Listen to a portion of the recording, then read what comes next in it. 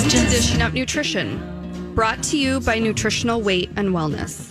We have a very important topic to discuss with you this morning, so we're delighted that you're listening to Dishing Up Nutrition. Now, we know February is Heart Healthy Month, so this morning our show is about some of the nutritional factors related to heart disease in women. Now, it may surprise you that 1 in 4 women in the United States die of heart disease every year.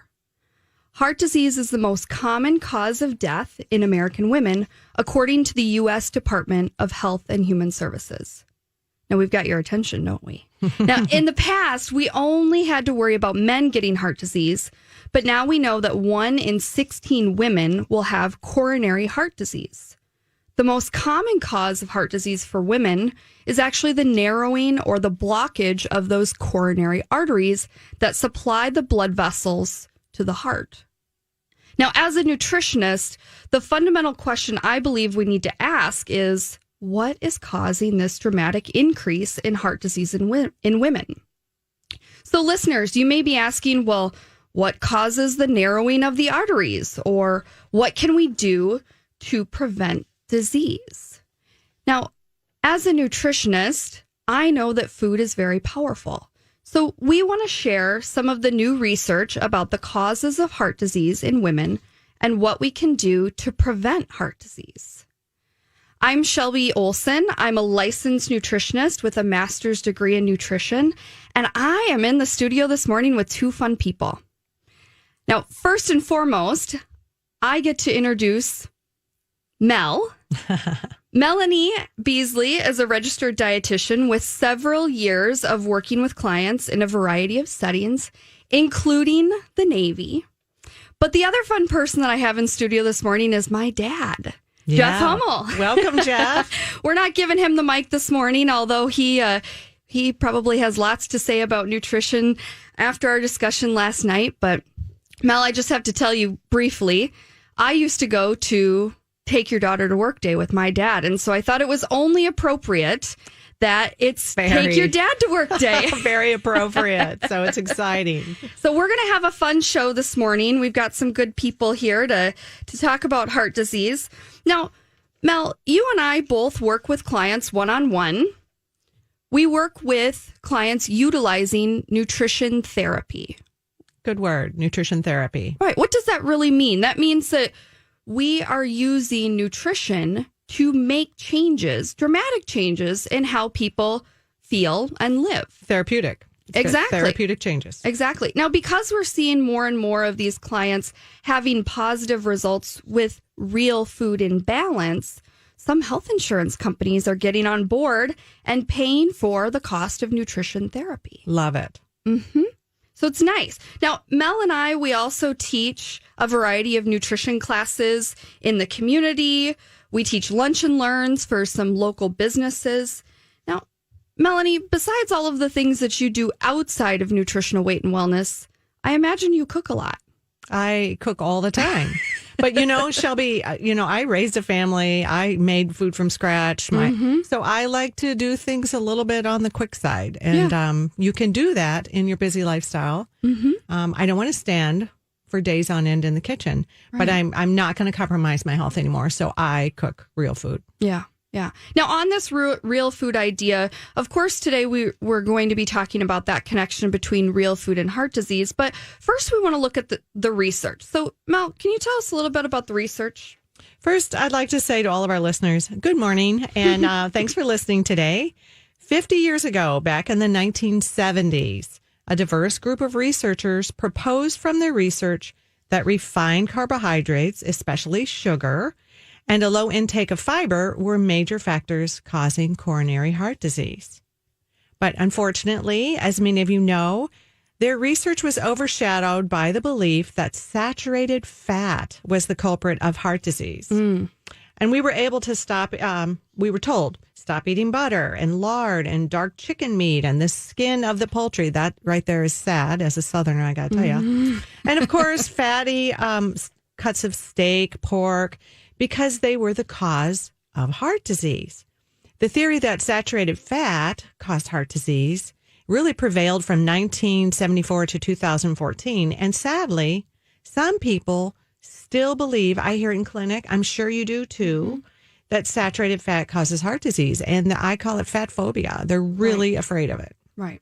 Well, that was actually the cause for much of our discussion after dinner last night. My parents were listening to a nutrition talk on their drive up to Minnesota yesterday. And being truly my father's daughter, he was asking the question, well, why? Why has saturated fat been poo-pooed so much in the past? And so we went through... That's the technical term right there, poo-pooed. Exactly. So we did. We kind of talked through these things, but we know that research since 2014 has continued to show that saturated fats, now listeners, those are things like butter, coconut oil, organic lard, organic tallow. Those play a much smaller role in heart disease. Whereas sugar, the grains, those processed cereals, and other carbohydrates are the foods that we actually need to keep our eye on in order to prevent heart disease. So, Shelby, let's talk about what exactly that means from a day-to-day perspective. Well, it means that in the past, we were told to eat a bagel with margarine, or I can't believe it's not butter. And I always say, what the heck is it then? Yeah. Right? Then we topped our toast or our bagel with some jelly or some jam, but absolutely no butter or cream cheese. I can remember this being in the Navy, and it was a bagel with jelly. Yeah. Today we're told to eat eggs cooked in butter with bacon, yum, or sausage, and a side of vegetables sauteed maybe in coconut oil or ghee, which is just clarified butter. Right. You talk about confusing, right? Yeah. So which is it? Sugar or fat that causes heart disease? Well, older research from the 1970s found that sugar was implicated, or perhaps even the cause of many, many diseases. Right. Well, because of this research in the 1970s about sugar and refined carbs, the sugar industry became alarmed.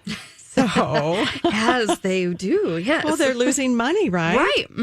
So they went out and hired their own researchers to say that eating saturated fat caused heart disease. Right.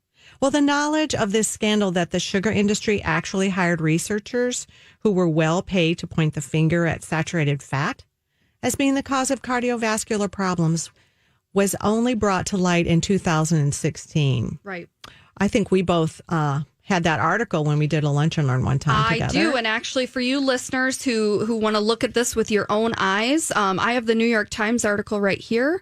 The title is How the Sugar Industry Shifted Blame to Fat. And the date on that is actually September 12th of 2016. So just 4 years ago. Yeah, I just Googled New York Times sugar article and it popped right up. So you can read more about that after the show. And it's false. It's very misleading research. So it's so well ingrained in the minds of consumers that many people still believe it is saturated fat they need to avoid. I have clients once or twice a week easily telling me their doctor said they need to avoid fat. Can I eat eggs? How many eggs can I safely eat in a day? So I'm really worried about this. And they still believe it's saturated fat that they need to avoid. Right. Even though the current research shows that refined carbs and sugar are the leading cause of heart disease. You know, and statin companies also, the pharmaceutical companies, they don't want to lose money on this either. So, right.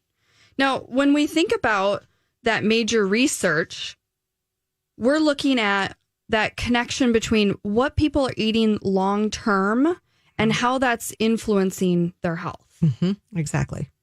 So another major research study published in the Journal of the American Medical Association's Internal Medicine Journal, that's a mouthful, reported that a sugar-laden diet may raise your risk of dying from heart disease, even if you are not overweight. So this information reported from the research shows that sugar and refined carbohydrates lead to heart disease, not your eggs cooked in butter with a side of vegetable oils sauteed in, coconut oil. So here's what else that research study found. People who ate 25% or more of their calories from sugar were more than twice as likely to die from heart disease than those who only ate 10% of their calories from sugar. So maybe you guys are thinking, well, how are people consuming all of that sugar? Yeah, and I think a lot of people don't think they're really eating that much sugar. And I think we should talk about that, but I think we have to take our first break. Okay. So if you're just joining us this morning, you are listening to Dishing Up Nutrition, brought to you by Nutritional Weight and Wellness. Today, we want to share with you the scientific evidence that found eating saturated fats of any kind have no effect on cardiovascular mortality. So if you're concerned about heart disease, I recommend you keep listening to our show this morning because we've got some ideas for you. We'll be right back. Welcome back to Dishing Up Nutrition. Here's another conclusion that was made from the review of data from randomized control trials. Diets that replace saturated fat with polyunsaturated fat do not reduce cardiovascular events or mortality. We like to put that in real people language. Thanks, Melanie. Which basically translates to what we have been recommending to our listeners and our clients for years, even decades, is eat the butter, avoid the margarine from soybean oil, cook in coconut oil, and avoid soybean, corn, canola, and cottonseed oils. Of course, we love the research, but we want to help you realize how to use that research to make healthy choices. For our listeners, another radio show that I love and I will go back to and listen to, and I feel it explains this very nicely, is on October 14th, 2017. You can download our Dishing Up Nutrition podcast or search it on our website.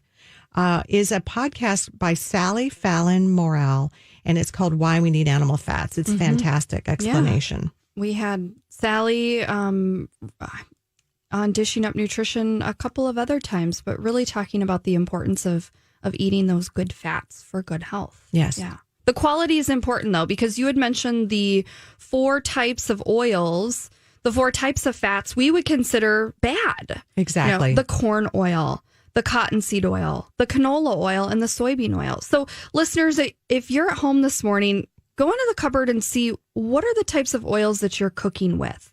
Or pull out that salad dressing from the refrigerator and scan the label. If you see soybean or corn oil or canola oil, that's not the best choice for your health. Even some quote unquote healthy protein bars.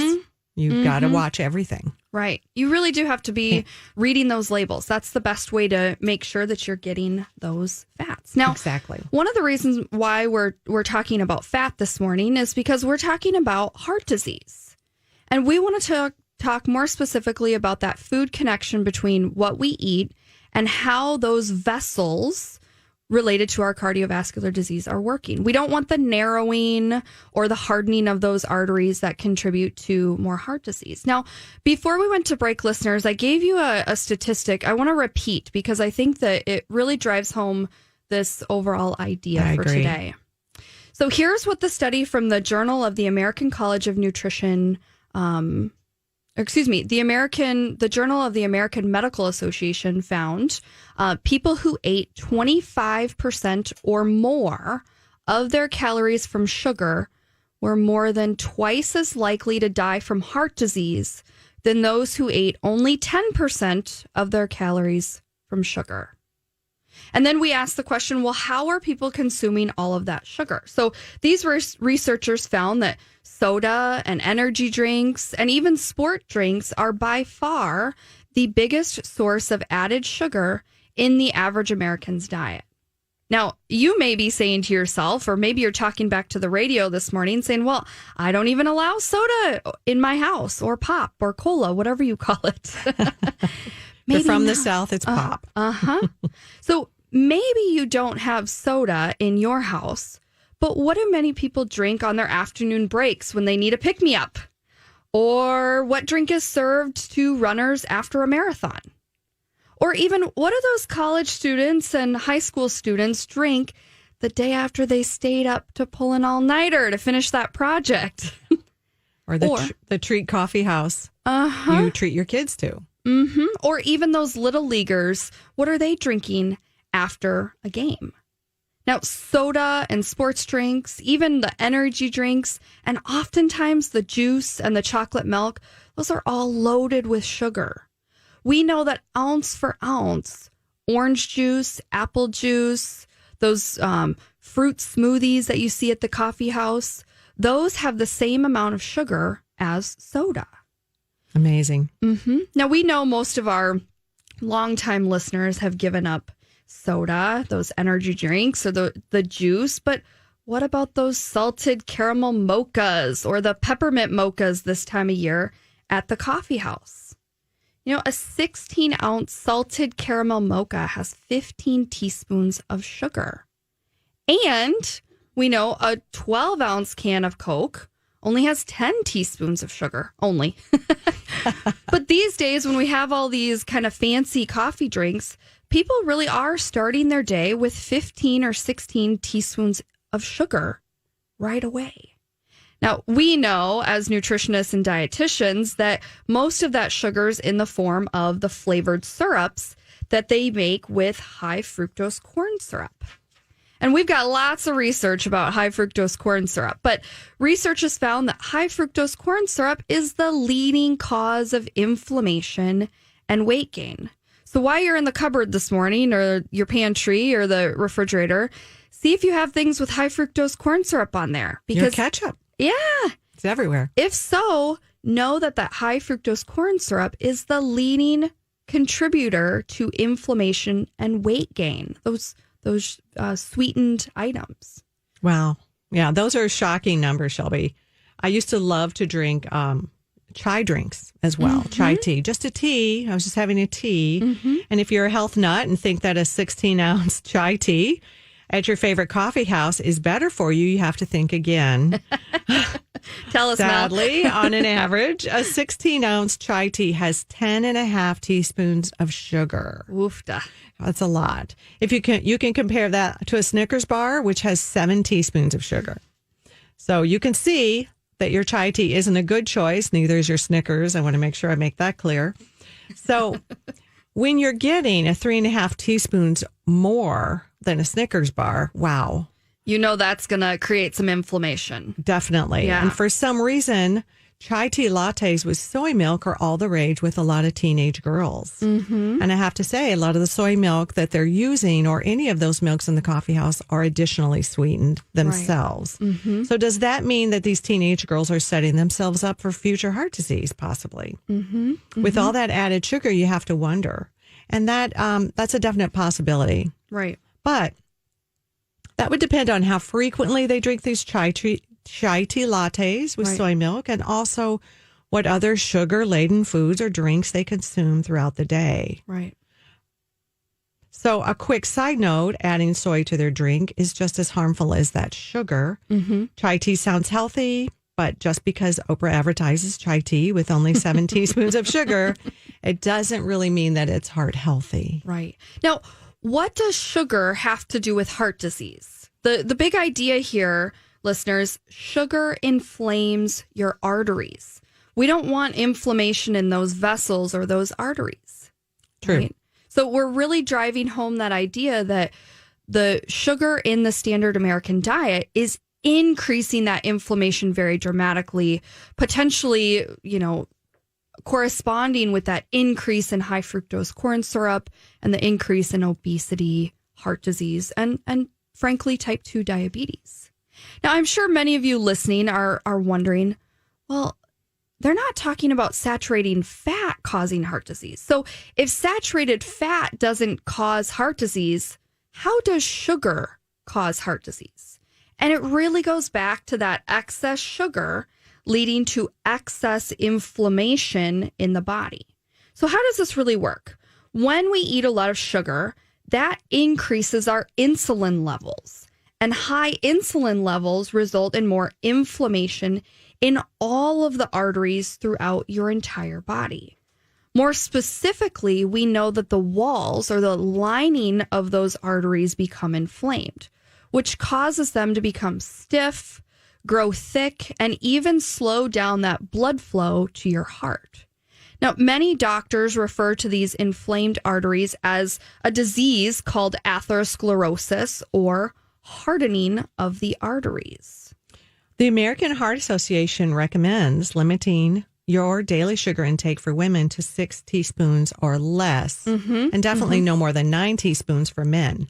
Right. Men, you aren't off the hook. Nope.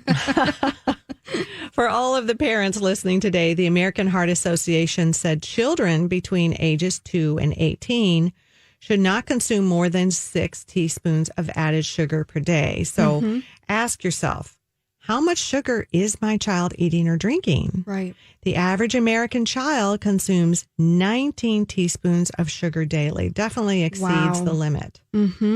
If you're sending a 6-ounce cup of flavored yogurt in your child's lunch, you're sending about 5.5 teaspoons. Wow. So starting off with high sugar at lunchtime, we haven't even talked about breakfast. Mel, I want you to talk a little bit more about that sugar when we come back from break. You're listening to Dishing Up Nutrition. Today we are discussing the role sugar and processed carbohydrates play in the cause of heart disease. Heart disease is the leading cause of death for women today, and the occurrence for heart disease for women has dramatically increased since the 1950s, when eating that low-fat, high-carbohydrate diet was first recommended. We'll be right back. Have you ever tried one of those deprivation diets that make you thinner for a while but looking all haggard and sad? I'm here with Anastasia, who has the reverse going, that radiance of good health. Anastasia, you credit the nutritional counseling you got at Nutritional Weight and Wellness. Yeah, I met with Joanne about 3 years ago. She definitely helped me lose a good 20 pounds. But in addition to that, I stopped drinking energy drinks. And as a result, I no longer battle with restless leg and I sleep through the night. How else, other than your weight, have the changes that you made impacted your health? I focus better. I sleep through the night. I can remember people's names. And what about the food you're eating now? I get to eat all the protein, fruits, and veggies. I shop at the grocery store like everybody else. And can you eat out with your friends? I do. I might edit my meal a little bit, but I'm still out at the bars and restaurants with all my friends and family. Could Nutritional Weight and Wellness help you like they helped Anastasia? You can check them out at weightandwellness.com or give them a call, 651-699-3438. Welcome back to Dishing Up Nutrition. If you are concerned about heart disease in your family and want to do something about it, I recommend that you and your family take the Weight and Wellness series of classes. I am happy to announce that we are teaching the Weight and Wellness series starting Monday, February 10th in the evening at our Eden Prairie location and Wednesday, February 12th at our North Oaks location. You will learn what fats, which fats are heart healthy and what you can eat, that you can eat real carbohydrates and cut back on the not so healthy processed carbs. So sign up online, weightandwellness.com, or call 651-699-3438 and we can sign you up. Right. We spend an entire 2-hour chunk of time talking just about cardiovascular health in class 5. Now, Mel, I also want to... But it's fun. Well, of course we make it fun. But I also want to say, I believe this spring, at the end of April, we will be hosting our weekend Weight and Wellness series. So if you are a podcast listener and you live outside of the Twin Cities area and you want to kind of eat up all of this information as well, come into the cities. End of April, it'll be beautiful. The flowers we'll make sure all the snow's gone by then. Guaranteed. Come learn with us for a weekend and really pick up that information for you and for your family. People love it. Yeah, they do. And it fills up fast. It does. So call the office, 651-699-3438, or you can go to our website. Mel, I think you said it, weightandwellness.com. Yep. So before we went to break, you had given us kind of a shocking statistic. The average American child consumes 19 teaspoons of sugar. Now, for those of you who have kids and are listening, I want you to go to the pantry and scoop out. I'm sending you to the pantry a lot this morning, but I want you to scoop out 19 teaspoons of sugar and think, would you actually spoon feed this sugar to your child? They might like it, but don't do it. You wouldn't like it's alarming. It is alarming. And you're thinking, when you send them off with that fruit at the bottom or fruit mixed in yogurt, you're doing them, a healthy favor. Right. And you're not. So how else does it add up in the day? Well, if you think about just that cup of pudding as the treat when they get home from school, or that just gives them another 6.5, almost 6.5 teaspoons of sugar. And those are just two items. Right. We haven't even hit on beverages, right? So you've given your child over 12 teaspoons of sugar, and that's twice as much as they should have in an entire day. And you, like many other people, thought flavored yogurt was considered a health food. Once again, the consumer's been fooled by some really good marketing. What about the whole grain breakfast bar that you give your children as he or she, they run out the door to catch a school bus? You know, a granola bar is really just a cookie, and granola is really a crumbled cookie. And most of those granola bars have little mini dark chocolate chips in there, or dried fruit that really increase that sugar. Or drizzled chocolate. And each cereal bar has at least 4 teaspoons of sugar, which you may think is not very much, but that's 2 teaspoons from the daily sugar recommendation. And it's only 7 a.m. in the morning. And likely that sugar in the granola bar or the flavored yogurt or the chocolate pudding is high fructose corn syrup. And remember, listeners, we said high fructose corn syrup has been shown in the research to increase inflammation and weight gain. 2 things we do not want. We don't want that. And there's inflammatory oils many, many times in these products. So let's look at chocolate milk. I was working on a fitness center, and after every spin class, they recommended chocolate milk for the protein and the energy source. I couldn't believe it. So there are 2 types of sugar in chocolate milk that your child drinks at school. One is naturally occurring sugar in the form of lactose. Right. And the other is the 2.5 teaspoons of added sugar. 1 small carton might be okay, but 2 cartons gives your children 5 teaspoons of added sugar. On the other hand, plain full-fat white milk has no added sugar. It's a much, much better choice. Right. And again, you may be asking the question, why are we so concerned about consuming 6 teaspoons of sugar or more? You know, as nutritionists and dietitians, we know that when people are consuming more than 6 teaspoons of sugar daily, they're increasing that inflammation from, small children across the lifespan. Now, because researchers have found that eating too much sugar can raise blood pressure, it isn't too much salt. The real culprit is eating too much sugar. Now, excess sugar increases inflammation, which is another factor in heart disease.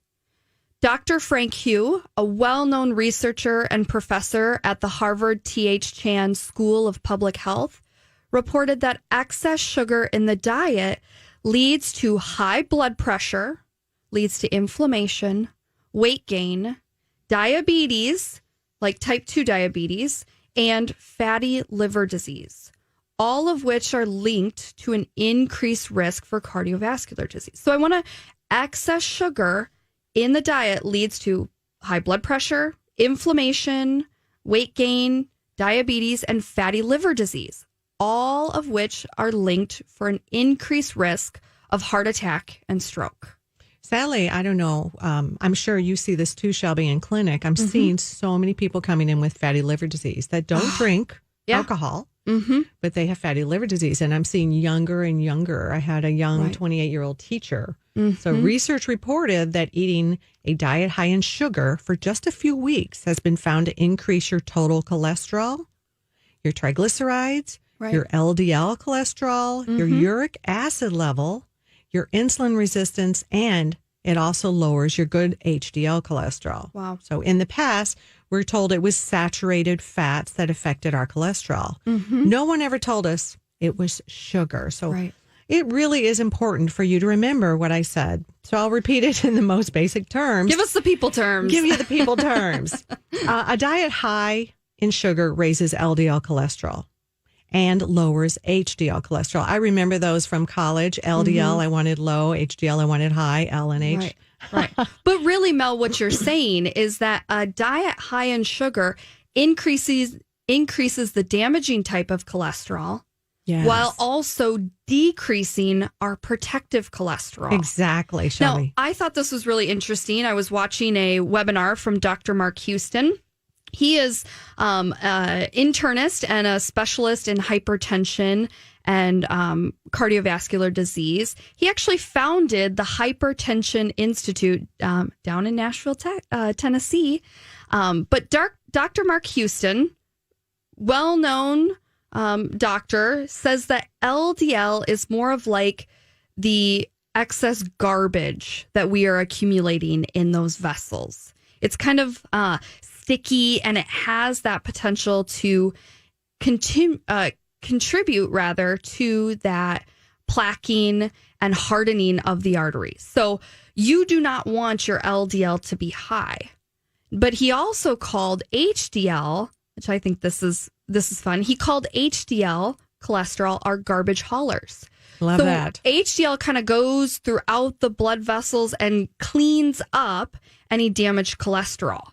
Now, what we said is when you're eating a diet that's high in sugar, you increase the garbage and you decrease the garbage haulers. Great. I love that. Not a good visual for those vessels.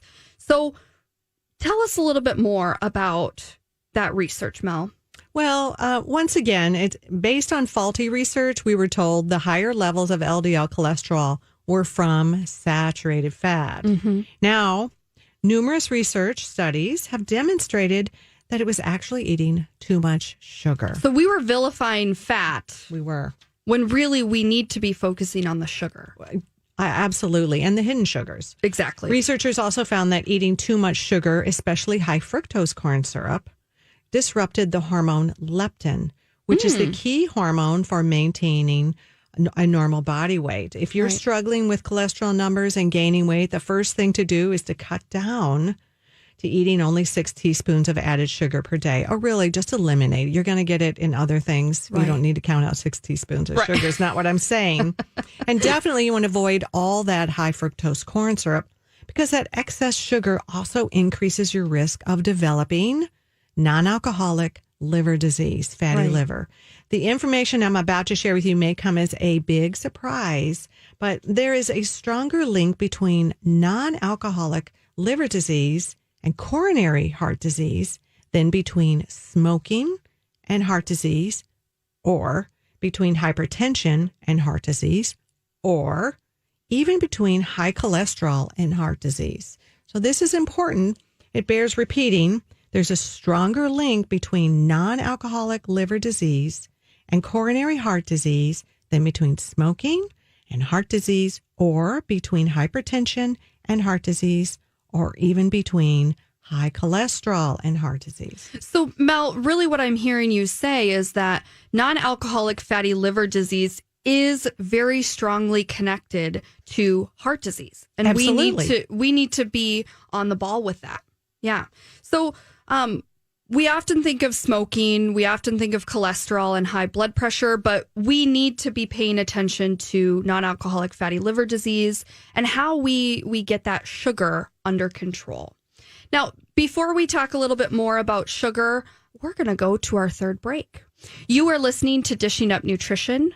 Next week, we invite you to tune in to Dishing Up Nutrition, same time, same place, to hear Dar, Marcy, and Rich Frieder from Learning RX discuss how brain training and feeding your brain can actually help children and adults increase their focus, their memory, and their ability to learn. So you know it's going to be a good show. We'll be right back. Don't complicate it. Welcome back to Dishing Up Nutrition.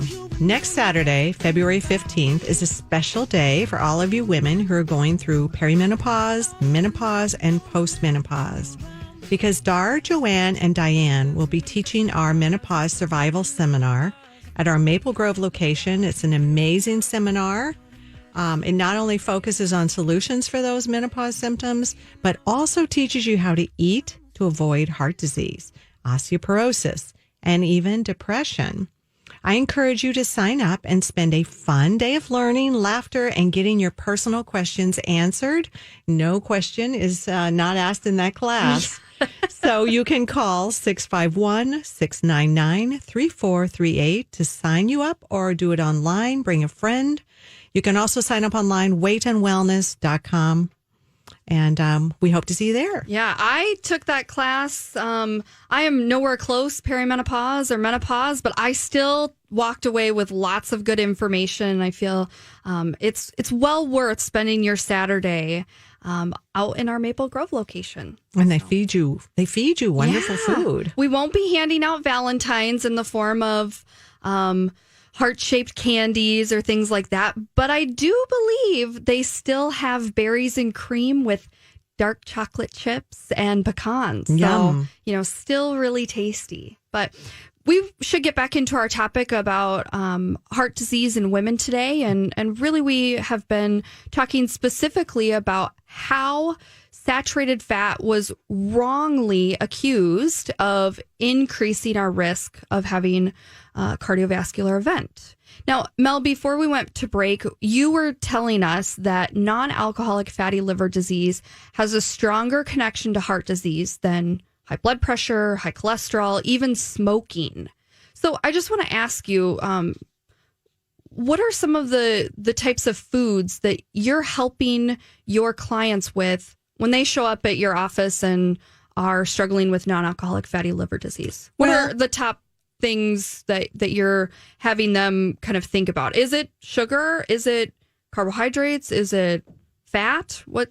Really, it's, Shelby, we spend a long time initially with our clients so that we can really understand their personal makeup. Right. And what they need. And I really, really focus on first just getting them eating real food and eliminating processed food. Right. If we can just even get real food in there, I'm happy. And that real food that you can pluck from a farmer's field. Right.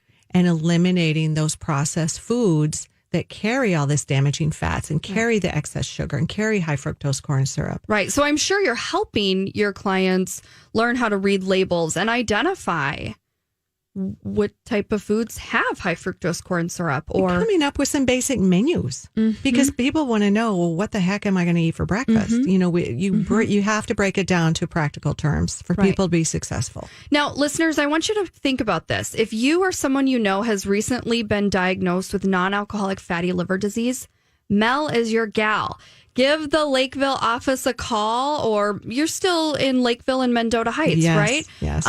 You could set up an initial consultation with her, or quite frankly, any of our nutritional weight and wellness fantastic counselors. But it sounds like if you've gotten that diagnosis, you probably want to sit down with a nutritionist or dietitian from Nutritional Weight and Wellness and figure out what you need to do to reduce that fatty liver disease, but also reduce your risk of heart disease. And it can be done. We've done it with clients time and time again. They come back, all of my numbers are normal. The doctor says, I don't know what you're doing, but keep doing it. Keep doing it. Right. Now, we all know that sugars are not all created equal. So we're looking at sugar in processed foods as being the big culprit of inflammation and heart disease. But, those naturally occurring sugars in fruit and vegetables, those pose no increased risk for heart disease. The problem really lies with those refined sugars and the ultra-processed foods. Ultra-processed foods are all of the products on the grocery store shelves with the added sugar. Those are the high-risk foods. We'd call that risky behavior, choosing those ultra-processed foods. Now, unfortunately, 75% of all packaged foods and beverages contain sucrose or high fructose corn syrup, or both. Or both. All of the things. Right. Now, have you ever tried to buy a regular unsweetened iced tea at the convenience store, finding something that doesn't have any sugar? It's a challenge. You got to look typically on the bottom shelf. But almost all of those bottled iced teas contain at least 3 or 4 teaspoons of sugar. Eating or drinking ultra-processed foods with added sugar, that's all been linked to an increased risk of developing heart disease. And, back to research, it has found that when people cut back on saturated fat, they increase their intake of processed foods. And these processed foods are high in sugar, which then increases their risk of heart disease. Right. So in attempt to avoid the fat, people have been eating more sugar. Oh, I can remember eating boxes of Snackwells back in the 80s. I mean, it was just terrible. And with all these processed foods that we came out that were low fat, heart disease skyrocketed in our country. And even to this day, many people still believe the false research that saturated fat is the cause of heart disease. So they are to avoid it, even though current research shows that refined carbs and sugar are the leading cause of heart disease. It's no wonder people are so confused. Right.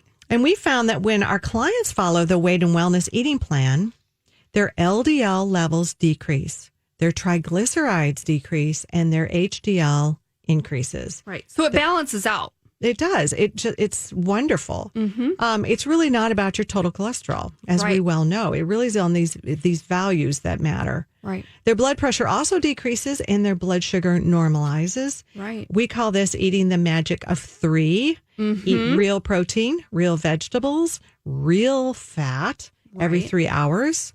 Right. And we hope this show and broadcast will help you to understand the potential threat that eating a high carb, high sugar diet poses for women and their cardiovascular system.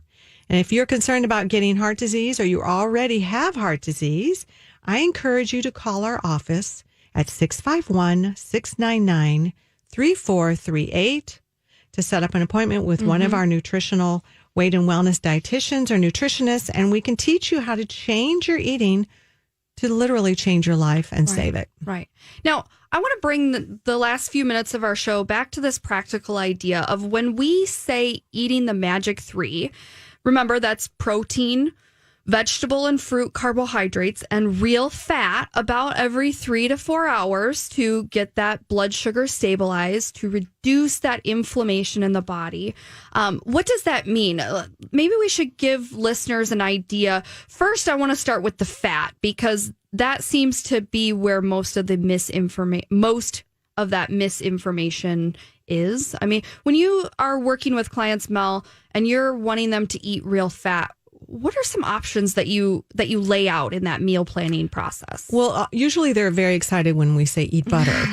Everyone is so happy to go back to the real thing because the real food is what tastes delicious. Right. So, we're talking about butter that just has cream or maybe cream and salt on the label. That's it. And, it, ideally grass-fed.